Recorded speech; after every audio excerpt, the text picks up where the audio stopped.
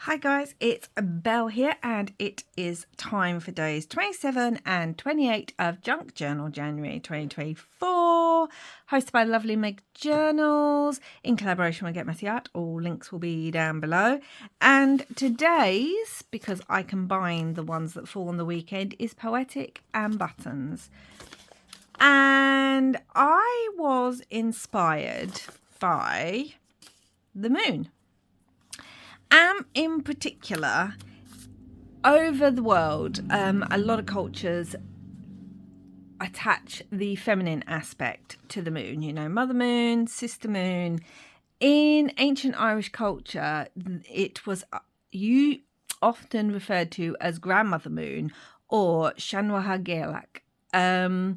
And so I decided to do one about that. So I'm going to make a moon. And I'm going to, I want to say poetry. It's not poetry, but I'm going to be poetic in how I put words associated in my mind with Shanwaha Gaelach, Grandmother Moon. And that is what we're going to do. And I'm going to add some fabric. It's actually a really simple layout. It's just a little time consuming. I'm going to use this blue page because one, it works. It's blue. And two, I don't have a lot of pages left. And I need quite a bit of space for this. So I have this beautiful fabric. I absolutely love it. It's got a shimmer. It makes me think of the moon, which I know seems weird, but I don't know. It just does. It's just got all these beautiful colours in it. And we're going to cut it to roughly to size. So yeah, I love the moon. I don't know, it's just, she's just very special, I suppose. I'm also going to cut off a little piece as a tab. So I like trying to live in some sort of, in the phases of the moon. So doing things when the moon's full, waning, waxing, and the new or / dark moon. So that's going to go on there as a tab. And I am going to, I think, kind of glue that on now, just while I'm waiting. So I got my fabric glue out because, you know, I am going to be stitching this fabric onto the page. But for now, it is what it is. So this is going to go like this. And I have a few words. And I'm wondering if I want to stick the words on first and then do what I want to do around it. So I think I might do that. I'm trying to work out whether to make a moon like this so it looks kind of whole or half, and then put the words this side, or do a moon the way we think of the moon. But I'm thinking because the page it's opposite is quite bulky, but it's bulky on the inner side. Let me show you what I mean so that you can see. So we've got these brads here. So if I put bulk here, it's just going to add bulk onto bulk. Whereas if I put the buttons here, because I'm going to be using buttons, it'll fall into this bit. And as this is already bulky anyway on that side, it kind of evens it out. So I think actually I might do that, which might mean actually we don't need to worry about putting the words on yet. So I just pulled out loads of white and shiny buttons. Oh, they're going everywhere. Because I was going to do it, like I said, where it was like that. I mean, I could still do it that way. And it would look more moon-like if I did it that way.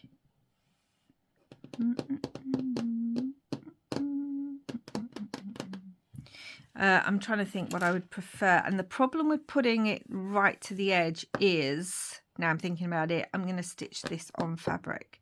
So that's not actually going to work. I could just swap the pages around. Do you know what? Let's do it the way I was going to do it, and then it is what it is. So I want to start off with kind of putting buttons. I want a kind of moon shape.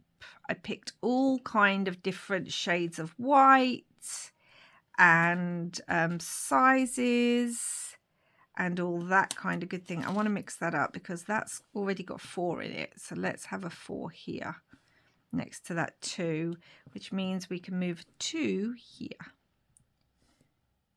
And I need to think about the fact that I'm going to have all these words on here too. So we don't want to make it too... I need these words. I mean, if worst, it can go above and that, can't it? So it's not the biggest deal. So yeah, I love the moon. Spend a lot of time in my garden, just sitting out there. I suppose it's called moon bathing, where you just sit and enjoy being outside with Mother Moon or Grandmother Moon. I would love to know what culturally the moon represents to you. I know in some cultures the moon is actually in the male aspect and that the sun is the female aspect, which is interesting. I suppose it depends on what role it plays in that culture. I have always just thought of the moon in the mother aspect or in the feminine aspect. So that's kind of what she is to me. And in the, I've got these super tiny ones, which I just think are going to make the cutest littles. In the ancient Celtic world, or part of the ancient Celtic world, people always say that as if the Celtic world is one homogenous thing, and it's not. The Celts are from all different parts of mainland Europe, as well as they would have been different parts of the UK and Ireland. So, you know, in the UK, we have what's called the Celtic Fringe, which is down south, and that kind of southwest maybe, and that kind of covers Cornwall and Devon, down that kind of way. And then obviously we've got Wales, Celts from Wales and Scotland and Ireland. So when I'm talking about Celts, and obviously, as I said, from mainland Europe around kind of Germanic areas and things, when I'm talking about Celts, I'm talking specifically about where I'm from and Irish Celts. That's what I'm specifically talking about. So they're not one homogenous group. Irish Celts, even in different parts of Ireland, because we had lots of different kings, even in different parts of Ireland, you would have had different belief systems and things like that. I think people often from other countries just, like we all do with other countries, because we're not from there, we don't always know what other, you know, we just kind of generalize. But I think a lot of people from other, from outside of, well, even Ireland, think, oh, well, all Irish is the same. And you know, the way I pronounce Grandmother Moon is not the same way that other people in Ireland will pronounce it. It will depend on the area you're from. Irish Gaelic is very specific to the area. Like, not only can you tell from someone's accent, but you can tell from the way they pronounce words where they're from. And there'll be Irish speakers who will not understand other Irish speakers, so because they won't pronounce it the same way. So that makes learning Gaelic, Irish Gaelic, quite difficult, but also fascinating because it is actually quite cultural, the language. There is a book which if you're interested in any of this kind of thing at all, is called, I think it's called 30 something words for field. And it is, hold on. This is supposed to be an art journal, not a language one, but I thought I'd share this with you. So it's 32 words for field. There is the author. You can see I've really tabbed this book. And it's absolutely fascinating. And it's all about how the ancient Irish language is tied to the actual earth. So it's to do with the fact that in Ireland, language, literally, you can trace a word back and it almost shows you what your ancestor was doing.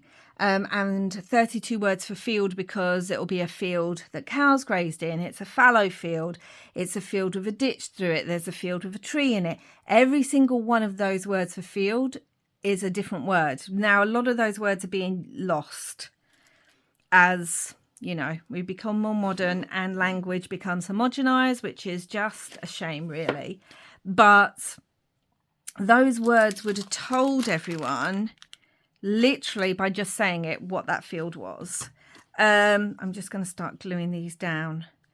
And yeah, we're losing that now, unfortunately. But again, different areas would have had different things. So, you know, where I was born and where my family is,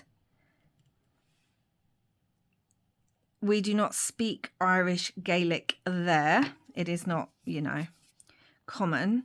Where my family originally was from, they would have spoken it, but obviously that was a couple of generations ago. So I was not raised speaking it, so I am learning it as an adult, which is a challenge, guys. It really is, but I'm loving it as well.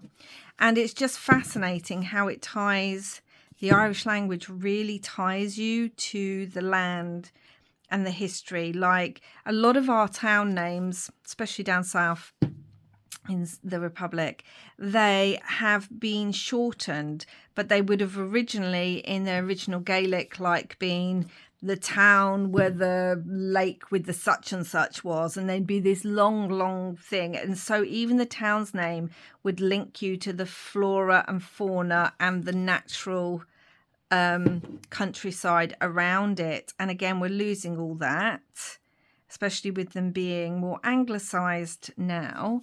Oh, that's really cute on that side, but oh, it's got an anchor on it. But we're going to use this side.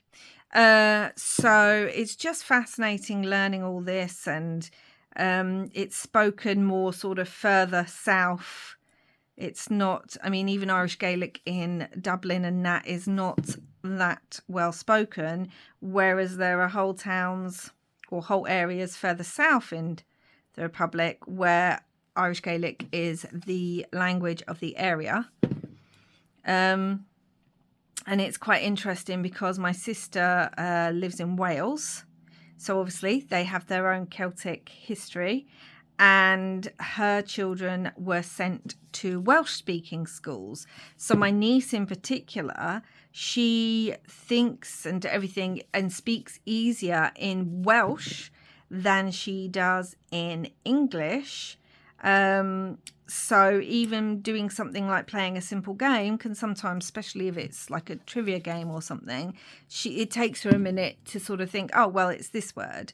And I just love that. I just love the fact that in Wales and certain parts of Ireland, the schools are still teaching the official language because it's dying out. And all those words, you know, dictionaries. I love the fact that historically, if you go find an Irish Gaelic dictionary, there's words in there that are no longer used, and that's the same for any language, let's be honest. But I find it a shame because of how linked to the land and our history and our mythology that the Irish Gaelic. So when people say Celtic, it's a very generalized term that actually is very, very different. So what Irish Celts would do, and even in the different areas, like I said, whether you're from, you know, Cork, Munster, or up north, the Celts would have had different ways. They fought amongst each other, you know, kings constantly killing each other, trying to get land. So it's not just one thing, and it's exactly the same in Scotland.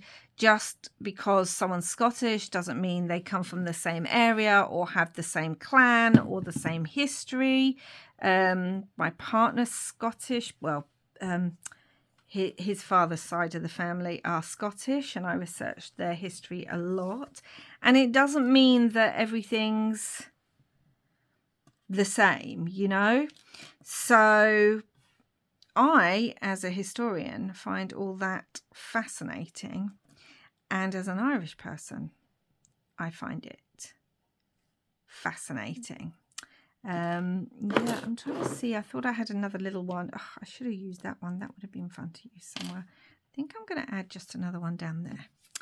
So yeah, so that is an old term, grandmother moon, and it was linked to the idea of wisdom and, you know, really revering your elders. You know, it's a term of endearment, you know, grandmother. And it still is in many, many cultures. That's not just in Irish cultures. A grandmother is a woman of age who is respected and who should be respected and listened to. So yeah, it's just fascinating. Right, what I'm going to do is, I think actually I don't just want to stick those on there. I'm wondering if I want to actually stitch them. So I'm not going to do that on camera because it's going to take forever. Unless I just leave them to dry. I might just leave them to dry, actually. So what I'm going to do is I've got out some of the Tim Holtz. Gosh, what are they? Oh, no, these aren't Tim Holtz. These were sent to me, but I think they're meant to be like Tim Holtz, little clip words. I think these were sent to me by a friend, and I'm going to put, so I've put, she is family, memories, inspiration, and then in black, because I'm thinking about the full moon, and then the new or dark moon. She is secrets, soulful, imperfection, because obviously the moon is full of craters and things. So the moon's not perfect, but they're not meant to be perfect. I mean, if you're a grandmother, if you've lived to a ripe old age, you have not had a perfect life. You know, you will have your wrinkles, your grey hair, all these amazing things to be proud of. We think today that the only thing to be proud of is looking a certain way. Whereas things like grey hair, I don't know how well this is all going to fit. Let's gently put it on, and then I can see she is, I wanted this as one, so I could put it. Let's start down here, then that'll give me some idea, because imperfection's quite a long word. Yeah, things like wrinkles and grey hair used to be really respected. And now we're so busy trying to always be young and look a certain way. And I don't know. I just think it's worth remembering that with age, everything that comes of age, also comes a lifetime of wisdom and memories. Okay, so that will fit if I do it like that. So let's glue these down. They are going to have to be glued because they're going onto fabric. So I know there's a resurgence at the moment of people reclaiming their grey hair, so they're just letting it grow. I am not going to do that. Not because I think there's anything wrong with that. I think it's beautiful. But because I am so pale, I mean, I really have that pale Irish skin. You know, the kind of almost translucent you can see through. And I don't tan. I mean, hands up other Irish people out there in solidarity, how we just go red and we just don't tan. I mean, I lived in Cyprus and I still didn't tan. I just got very, very burnt. So I don't tan and I've got very, very pale skin. And my hair, which is already got a lot of grey in it, I started going grey at a very young age, is actually not grey, it's pure white.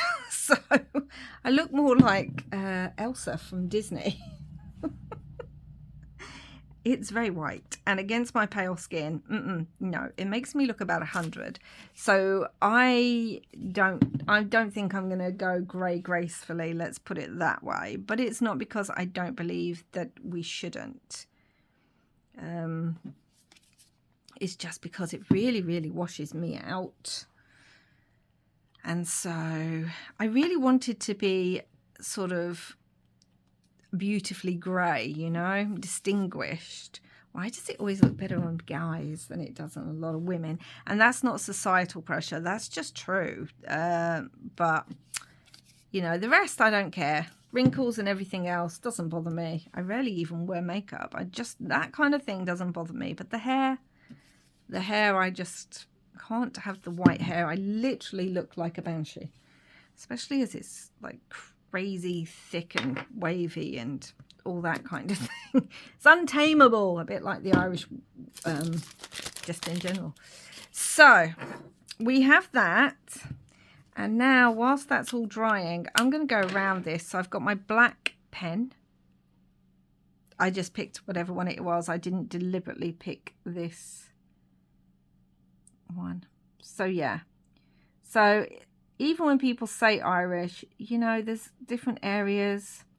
It's like anywhere, you know, if you live in the United States, there's a difference between north and south. There's a difference between towns and, like, I don't know, I'm not from the States, but you know what I mean. Like, someone from Montana is different to someone from somewhere else, but everyone assumes that, oh, well, all Americans, blah, blah, blah, or all Germans, blah, blah, blah. It doesn't really matter where you come from. Everyone just generalizes. I'm going around this one in my white pen because I want to pick up the black and the white, the full and the dark, because they're both important. And what I loved about these words, for some reason, secrets and imperfection actually have imperfections on them, so they have this dark mottled, and I don't know if that's because for some reason there's been ink that's got on them, not through me, they were like this stuck on there, or whether that's where they've been, let me bring that up so you can see where they've actually printed out, you see. But I love that on secrets it's a little bit dark, and on imperfection it's imperfect, because, you know. So I am going to go and stitch this around my page. I don't even know where my page has gone to. This is my page. I'm going to go stitch it actually onto my page. And I'm going to use a silver thread. Not that it's going to show up. It's going to look just white. But that's what I'm going to do, and then I'll be back.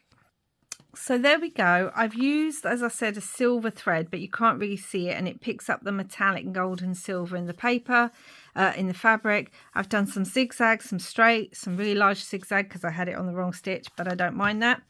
And now I have, where's the bit?